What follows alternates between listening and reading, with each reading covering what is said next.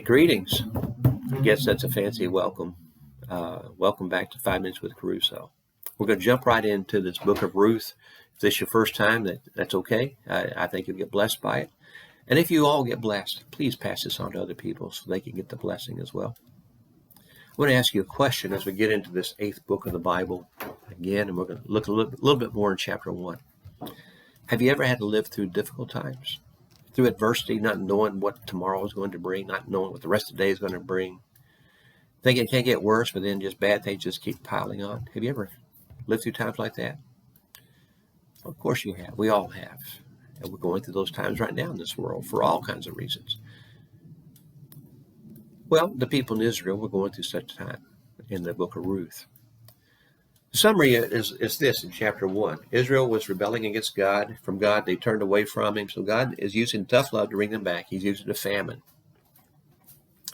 Now they're going to turn back to God. And you might think about this. Maybe the tough times we're going through is because we've turned our nation has turned our back on God. And God's trying to call us back to him. And maybe it just keeps getting tougher until we do.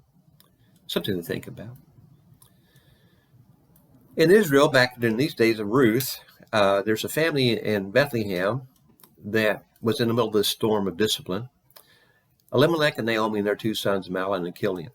Now, I happen to believe that they're living faithfully to God. Elimelech's name means, my God is king.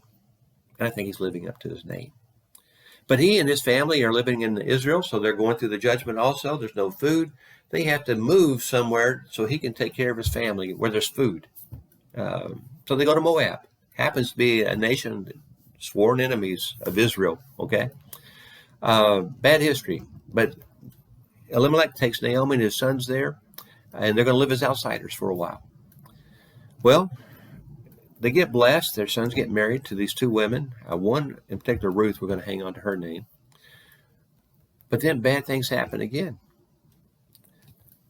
Elimelech dies. And then the 2 boys die. And you have Naomi, who is a widow, and now no sons to take care of her, and only 2 daughter-in-laws who are not even Israelites. And she's living as an outsider in a foreign land. The nation of Israel has turned back to God, and God is blessing them. So she decides to go back home because she's got family there, extended family there. So she's going to stop living as an outsider to go home. Now, we're going to hang on to Ruth here. Ruth decides she's going to go with her. Ruth is going to leave home and go live as an outsider. And in chapter 1, verse 16, here's her words to Naomi about why she's going to do that.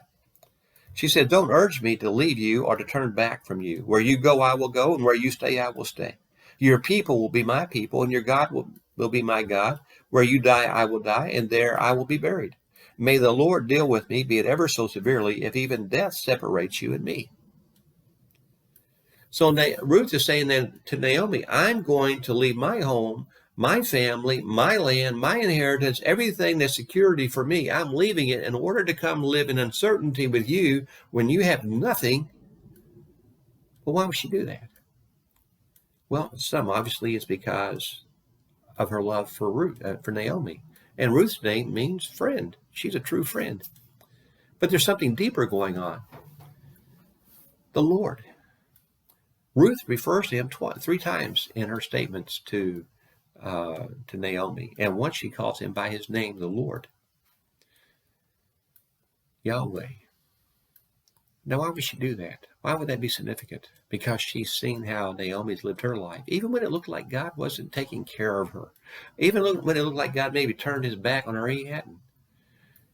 She saw Naomi live faithful to God, and Elimelech live faithful to God, and her husband lived faithful to God, and her brother-in-law lived faithful to God, to the Lord God. And she's going to take that on, that relationship. And so she leaves home to go live as an outsider, to live in uncertainty, knowing that really the only safety net she's going to have is going to be Naomi and the Lord God. I think there's something there for us to hang on to.